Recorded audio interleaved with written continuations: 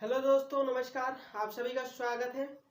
तो आज साथियों हम लोग बात करने वाले हैं फार्मास्यूटिकल केमिस्ट्री। तो फार्मास्यूटिकल केमिस्ट्री का आज हमारा सेकंड लेक्चर है। आज हम इसमें बात करने वाले हैं एरर के बारे में, टाइप्स ऑफ एरर के बारे में। उसके बाद हम यहाँ पर बात करने वाले हैं इम्प्योरिटी के बारे में। तो सभी साथियों का स्वागत है स्टूडेंट सपोर्ट यूट्यूब चैनल पर। तो आज हम लोग चलिए बात करने वाले हैं एरर के बारे में। उसके बाद टाइप्स ऑफ एरर देखेंगे, बहुत ही बेसिक तरीके से इसको समझने वाले हैं। तो चलिए शुरू करते हैं।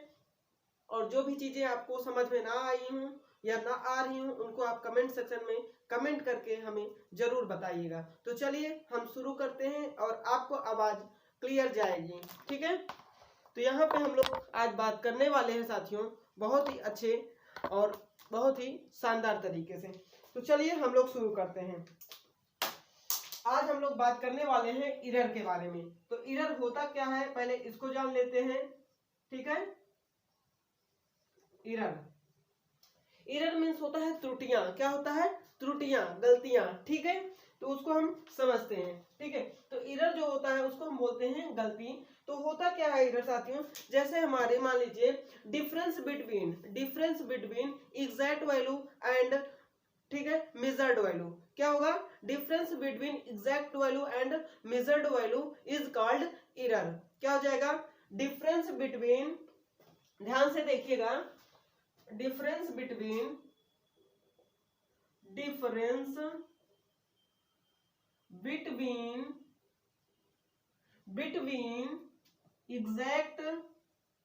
Exact value and measured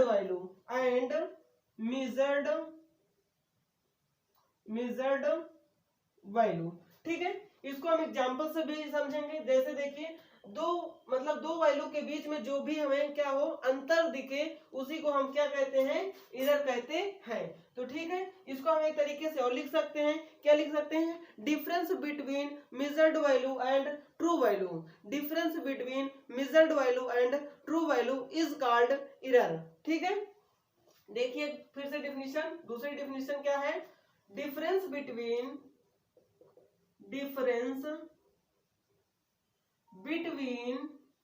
measured value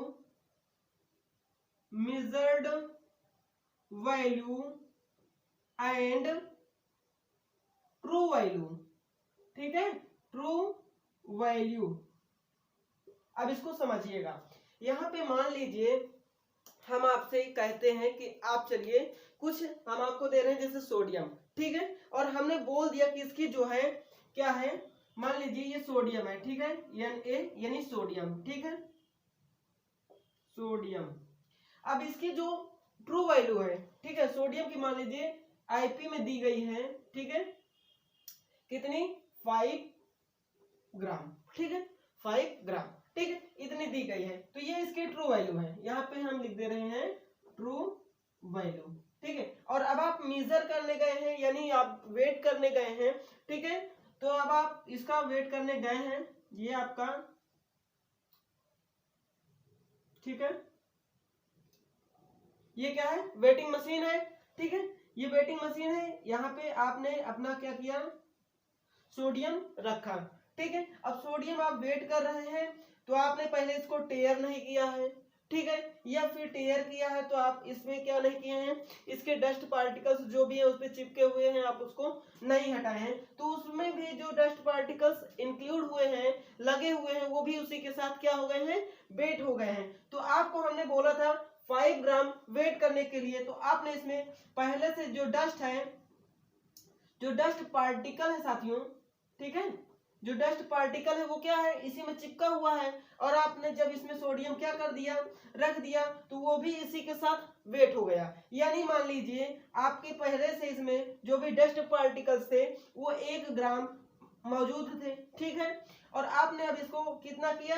5 ग्राम आपको लेना था, तो आपने 1 ग्राम इसको ऐड कर लिया और 4 ग्राम क्या कर लिया? आप क्या कर लिए हैं?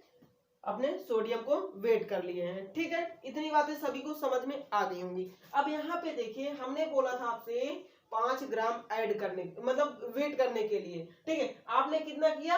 4 किया। तो यानी यहाँ पर जो मेजर्ड वैल्यू है वो आपकी 4 है और जो आपकी ट्रू वैल्यू है वो 5 है। तो यहाँ पर एरर कितने का आया, ध्यान से देखिएगा।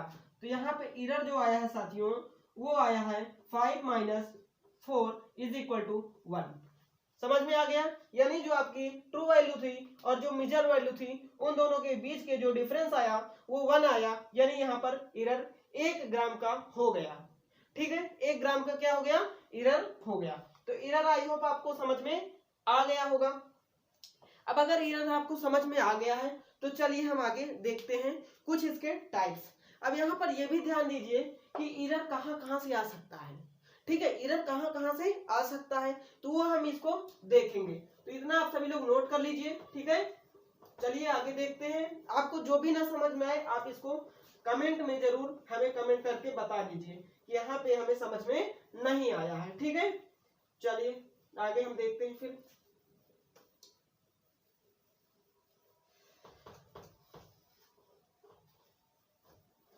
अब यहाँ पे हम लोग देखने वाले हैं टाइप्स ऑफ एरर। ठीक है, क्या देखने वाले हैं, टाइप्स ऑफ एरर। अब इसको हिंदी में एक बार एरर को समझ लीजिए। यानी कहने का मतलब हिंदी में ये है कि जो हमारी गलतियां होती हैं वो क्या होती हैं, एरर। एरर में मतलब हम जो मेजर वैल्यू करते हैं, जो हम वैल्यू को मेजर करते हैं या वेट करते हैं और जो हमारी पहले से वैल्यू निर्धारित की गई है उनके बीच का जो डिफरेंस होता है उसी को हम क्या कहते हैं, एरर कहते हैं। ठीक है, ये बातें क्लियर हो गई। अब हम बात करते हैं टाइप्स ऑफ एरर के बारे में। ध्यान से देखिएगा, टाइप्स ऑफ एरर। ठीक है, तो यहाँ पर एरर 3 प्रकार से होते हैं। कैसे कैसे होते हैं, 3 प्रकार के होते हैं। कौन कौन से होते हैं उनको समझिएगा। देखिए यहाँ पे एरर जो होते हैं, these are 3 types of error। ठीक है, 3 प्रकार के एरर होते हैं। कौन कौन से, पहला है सिस्टेमिक एरर। ठीक है, दूसरा है रैंडम एरर, तीसरा है आपका ग्रॉस एरर। ठीक है, क्या क्या है, सिस्टमैटिक एरर, रैंडम एरर और ग्रॉस एरर। अब सिस्टमैटिक एरर को क्या कहेंगे, रैंडम एरर को क्या कहेंगे और ग्रॉस एरर को क्या कहेंगे वो समझिए। तो सिस्टमैटिक का मतलब होता है जो एक सिस्टम के अकॉर्डिंग। ठीक है, अगर हम मान लीजिए कुछ काम कर रहे हैं उसमें हमारा क्या हो जाए, एरर आ जाए। ठीक है, तो उसको हम कहते हैं सिस्टमैटिक एरर।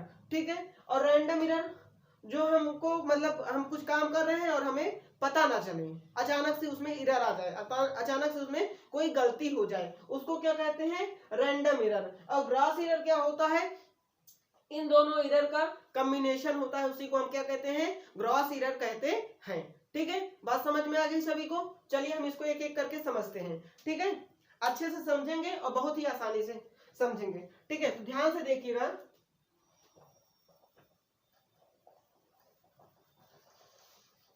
एक एक करके हम लोग समझेंगे। ठीक है, यहाँ पे देखिए, मान लीजिए चलिए हम सिस्टमैटिक एरर की बात करते हैं। ठीक है, सिस्टमैटिक एरर। ठीक है, तो इस प्रकार के जो एरर होते हैं ये क्या होते हैं साथियों, इस प्रकार के जो एरर होते हैं ये सिस्टमैटिक एरर होते हैं, ये कांस्टेंट एरर होते हैं। ठीक है, कैसे होते हैं, सिस्टमैटिक होते हैं और कांस्टेंट होते हैं। ठीक, चलिए समझिएगा। These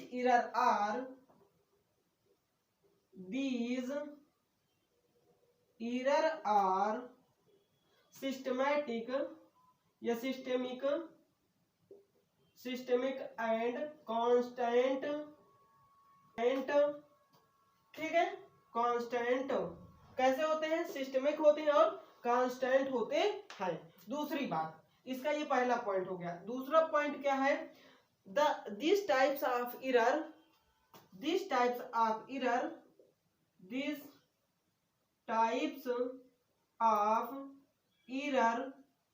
causes known। ठीक है, causes आर नोन, ठीक है, नोन एंड कांस्टेंट।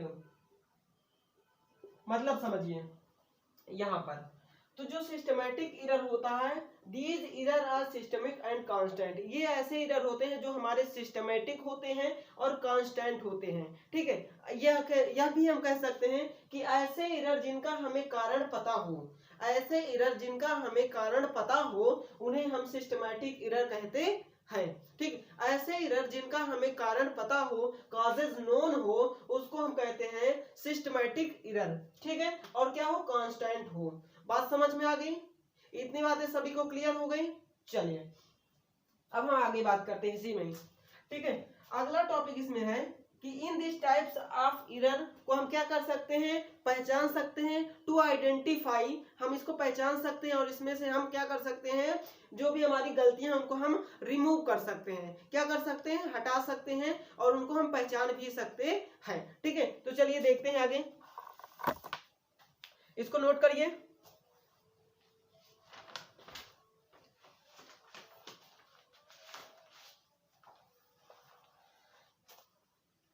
चलिए यहाँ पे देखिए, आइडेंटिफिकेशन एंड क्या करेंगे, आइडेंटिफिकेशन एंड हम और क्या करेंगे, इसको रिमूव करेंगे, ठीक है। एंड इसको हम रिमूव कर सकते हैं, ठीक है। तो अगला लिखिए, इसमें क्या होगा, identification and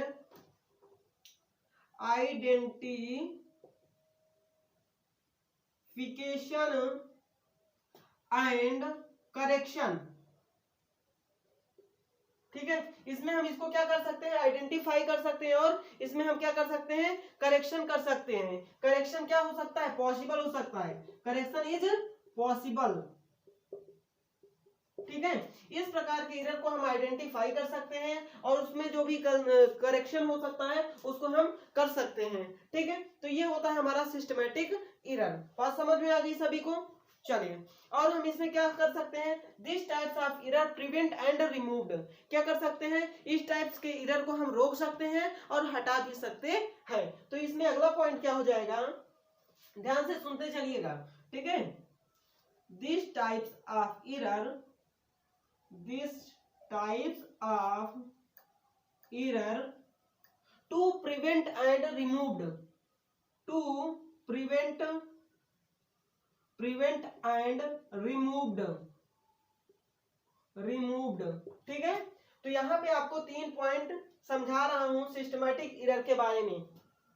these error are systematic and constant, ये एरर सिस्टमैटिक होते हैं और कांस्टेंट होते हैं, ठीक है। This types of error causes are known, ठीक है, इज कॉल्ड यहां पे आप लिख सकते हैं, is called systematic error, is called systematic,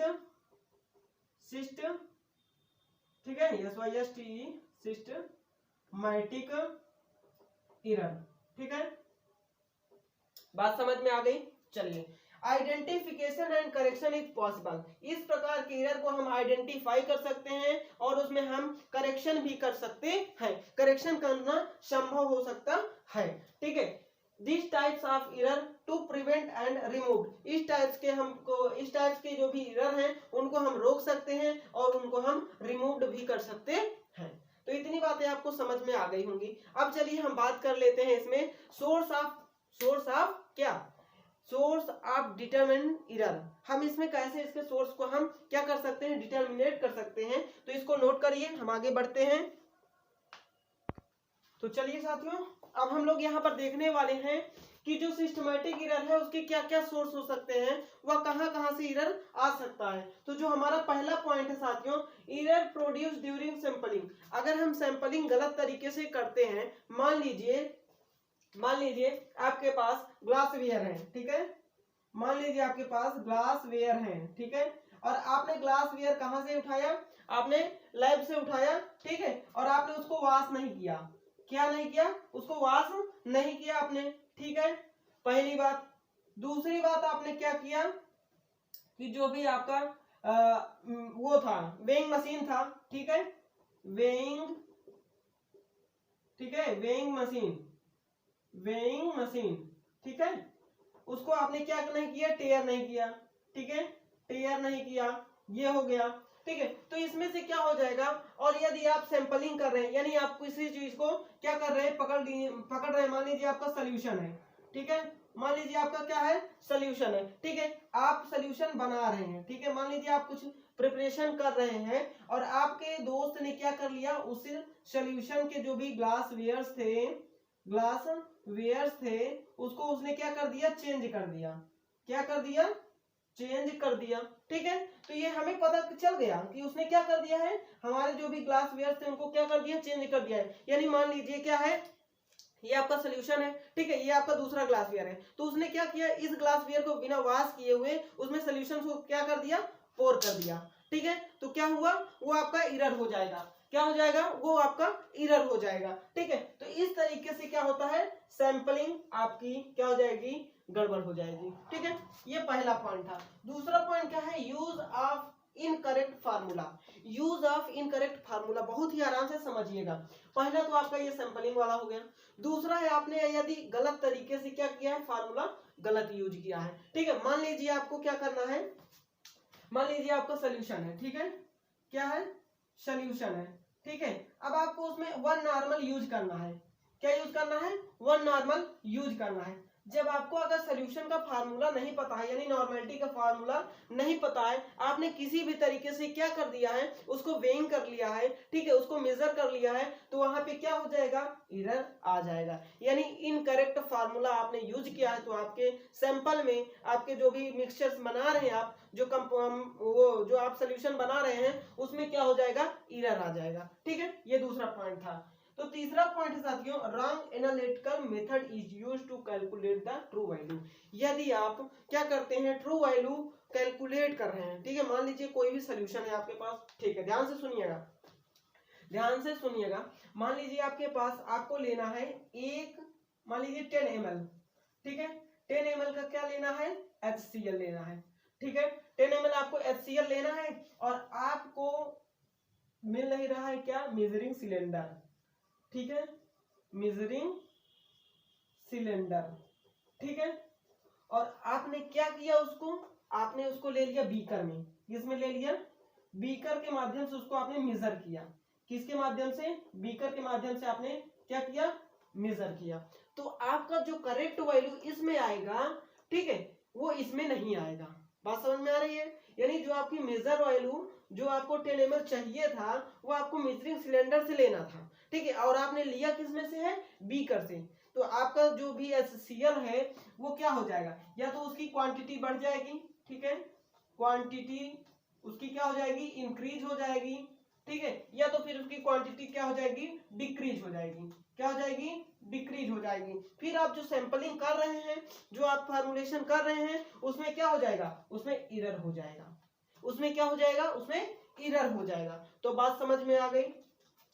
अब ये देखिए, सेंसर नॉट एडजस्टेड प्रॉपरली, इसका क्या मतलब है, इसका मतलब यह है साथियों कि हम जो भी वेइंग मशीन है, अगर हम उसको प्रॉपर टेयर नहीं करते हैं, बिना टेयर किए हुए हम क्या कर लेते हैं, हम अपने जो भी मटेरियल्स है, जो भी कंपाउंड है, जो भी केमिकल्स हैं, उनको हम वे कर लेते हैं, तो वो हमारा करेक्ट वे नहीं होता है, ठीक है, वो हमारा करेक्ट वेटिंग नहीं होता है, इसीलिए यहाँ से भी एरर आ सकता है। मान लीजिए अब आपको लेना है 4 ग्राम NaCl लेना है, सोडियम क्लोराइड लेना है, ठीक है, मान लीजिए आप ध्यान से समझिएगा, आपको 4 ग्राम NaCl लेना है, ठीक है, और आपने इसको टेयर नहीं किया, वेइंग मशीन को आपने टेयर नहीं किया है, डायरेक्ट आपने गया, ठीक है, डायरेक्ट आप गए वहां पे, फिर वहां पे आपने क्या रखा, बटर पेपर रखा, ठीक है, बिना टेयर किए हुए, ये टेयर की वो है, मान लीजिए टेयर पॉइंट है, ठीक है, टेयर पॉइंट है, आपने इसको प्रेस नहीं किया, ठीक है, बिना प्रेस किए हुए आपने बटर पेपर रखा और अपना केमिकल इसमें क्या कर दिए, डाल दिए, ठीक है, ध्यान से सुनिएगा, ठीक है। तो आपने इसमें क्या किया, इसको टेयर नहीं किया, यानी कहने का मतलब है कि आपका जो भी आप कंपाउंड वेट कर रहे हैं वो करेक्ट नहीं आएगा, ठीक है। क्यों करेक्ट नहीं आएगा, क्योंकि आपके वेटिंग मशीन जो है उसमें पहले से क्या प्रेजेंट है, डस्ट प्रेजेंट है, या फिर आप कहें यदि आपको जो भी वेटिंग मशीन ले करके आप वे कर रहे हैं उसमें देखिए कि वो पंखे के नीचे ना हो, ठीक है, तो भी आपका अगर पंखे के नीचे है तो उसमें प्रेशर पड़ेगा, एयर का प्रेशर पड़ेगा, और एयर का यदि प्रेशर पड़ेगा तो उसका वेट पहले से क्या हो जाएगा, इंक्रीज हो जाएगा, तो आप अपना जो भी कंपाउंड है वो कम लेंगे तो वहां भी एरर आ जाएगा। बात समझ में आ रही है सभी को? क्लियर? चलिए, तो ये हो गया आपका चौथा पॉइंट। अब पांचवें पॉइंट की अगर मैं बात करता हूं, error caused due to weighing error, यानी वही बात मैंने यहाँ पे कह दिया है कि यदि आप अपना जो भी वेइंग मशीन है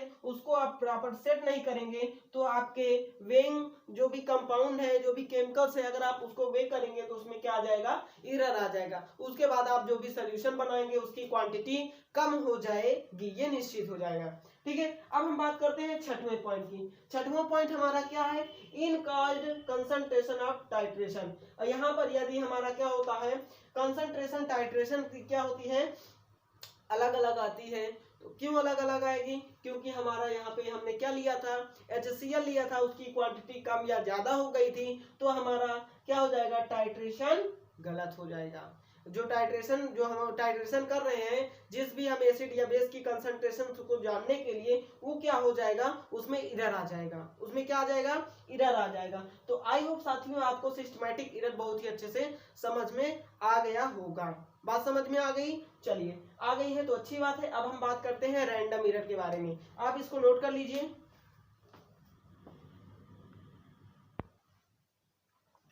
तो यहाँ पे साथियों अब हम बात करने वाले हैं सेकंड एरर के बारे में। सेकंड एरर हमारा क्या है, रैंडम एरर है। ठीक है, क्या है, रैंडम एरर है। तो चलिए इसको हम समझ लेते हैं। ठीक है, the causes of unknown is called random error, यानी कहने का मतलब है ऐसे एरर जिनका कारण पता ना हो, ऐसे एरर जिनका कारण पता ना हो उन्हें हम रैंडम एरर कहते हैं। इस प्रकार के एरर को हम इनडिटरमिनेट एरर भी कहते हैं। क्या कहते हैं, इस प्रकार के एरर को हम इनडिटरमिनेट कहते हैं, यानी अनिश्चित। ठीक है, जिन्हें हमें पता ना हो, जैसे जिस प्रकार के हमें ऐसे एरर जिनके बारे में हमें पता ना हो उन्हें हम क्या कहते हैं, रैंडम एरर कहते हैं। ठीक है, बात समझ में आ गई? मान लीजिए, चलिए मैं देखता हूं, यहाँ पे एग्जांपल्स आपके सामने रखता हूं। ठीक है, ठीक है, मान लीजिए आप क्या कर रहे हैं, यहाँ पर कुछ ले रहे हैं। ठीक है,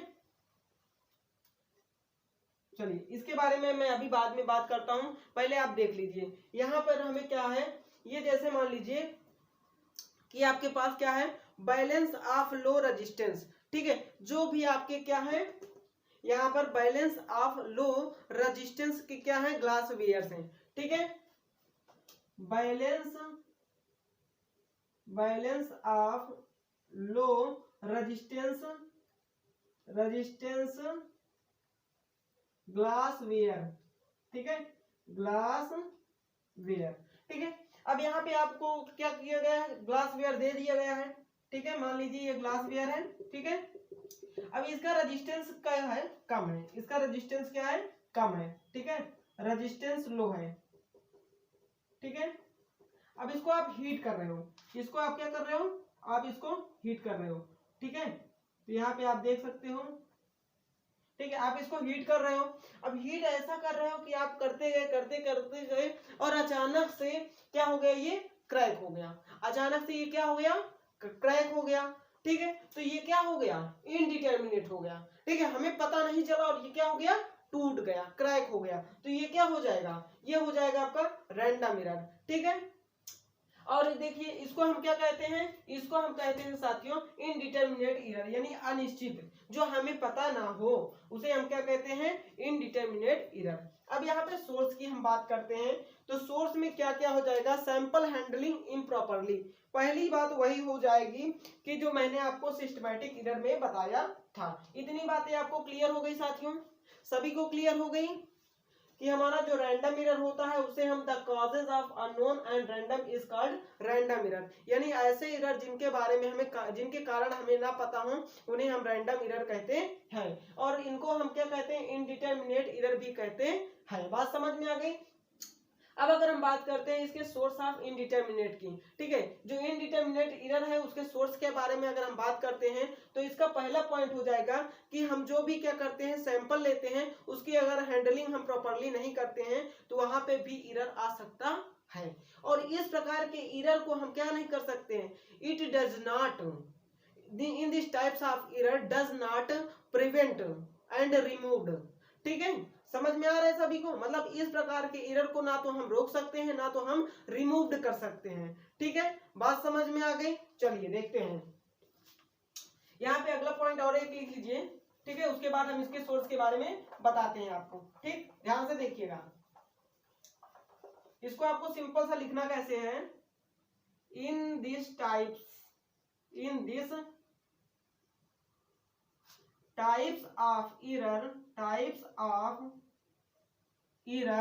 ठीक है, एरर, ठीक है, in this types of error does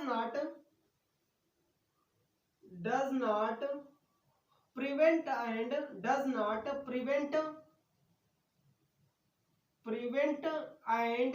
क्या नहीं कर सकते, प्रिवेंट एंड रिमूव्ड। ठीक है, इनको रिमूव नहीं किया जा सकता, इनको प्रिवेंट नहीं किया जा सकता, इनको बचाया नहीं जा सकता, इनसे बचा नहीं जा सकता है। ठीक है, तो इस प्रकार के एरर को हम क्या कर सकते हैं, क्या नहीं कर सकते, प्रिवेंट नहीं कर सकते और रिमूव नहीं कर सकते हैं। ठीक है, इस प्रकार के एरर को हम क्या करना, करेक्ट करना इम्पॉसिबल है। ठीक है, इनमें करेक्शन करना इम्पॉसिबल है। ठीक है, तो एक पॉइंट और लिख लीजिए, इन दिस टाइप्स ऑफ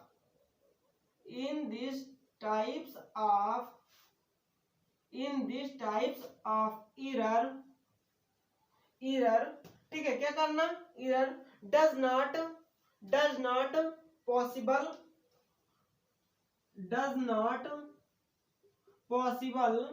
ठीक है, पॉसिबल टू करेक्ट।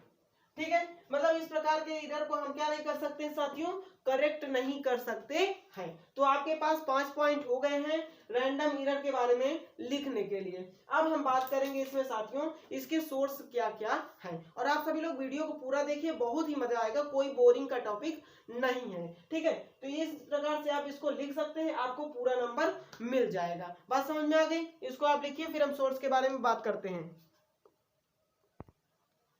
तो चलिए इतना आप देख लीजिए साथियों, फिर उसके बाद मिलते हैं हम नेक्स्ट क्लास में। ये थी हमारी दूसरी क्लास, हम नेक्स्ट क्लास में मिलेंगे तो आपको इसके सोर्स के बारे में और रैंडम ग्रास ईटर के बारे में आगे समझाएंगे, फिर इम्प्योरिटी लेकर आएंगे। तो थैंक यू सो मच सभी को, और इसको ज्यादा से ज्यादा शेयर करिए, सब्सक्राइब करिए और लाइक करना मत भूलिए। थैंक यू, जय हिंद, जय भारत।